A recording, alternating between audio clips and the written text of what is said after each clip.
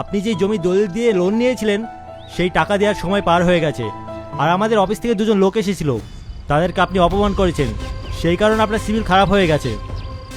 তাই আপনার ব্যাংক আর সময় দেবে না। আপনার যত সম্পত্তি সব ব্যাংকের নামে নিলাম হয়ে গেছে।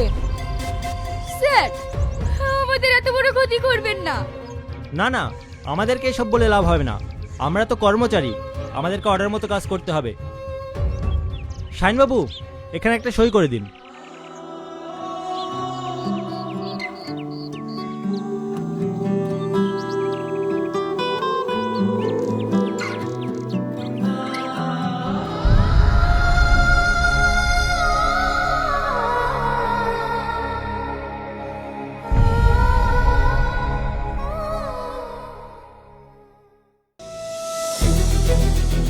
টাকা নুন নিয়ে টাকাগুলো সব শেষ করে ফেললো।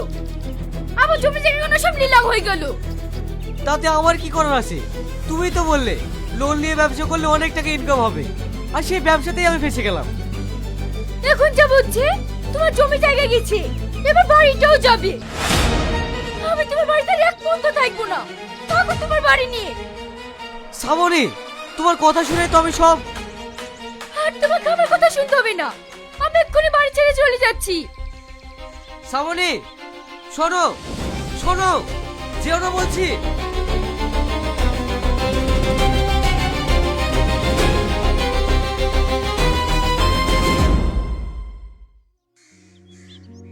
সূর্য, মায়ের অবস্থা খুব খারাপ, তুমি একটু বিশুকে ফোন করে শাইনকে ডাকতে বলো। ঠিক আছে বুবু।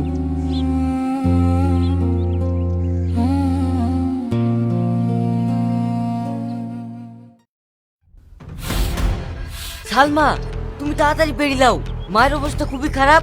সূর্য ভাই ফোন করেছিল। হ্যাঁ, মায়ের অবস্থা খুবই খারাপ। ঠিক আছে, আমি যাচ্ছি। ভাই, সালমা, আমার সব শেষ হয়ে গেছে রে বোন। কেন ভাই, কি হয়েছে? আমার জমি থেকে সব নিলাম হয়ে গেছে, তাই শ্রাবণীও আমাকে ছেড়ে চলে গেছে। ঠিকই আছে, সারাদিন বউ করে পাগল হয়ে থাকতে এবার হয়েছে। ওগো তুমি থামবা। ভাই, তুই তাড়াতাড়ি চ, সূর্য ভাই ফোন করেছিল, মায়ের অবস্থা খুবই খারাপ। মায়ের অবস্থা খুব খারাপ? ঠিক আছে, তুই এক্ষুনি রেডি হইলে।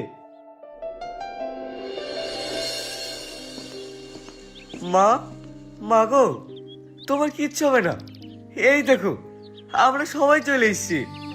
শাহিন, তুই এসেছিস বাবা? ভালো আছিস মধু?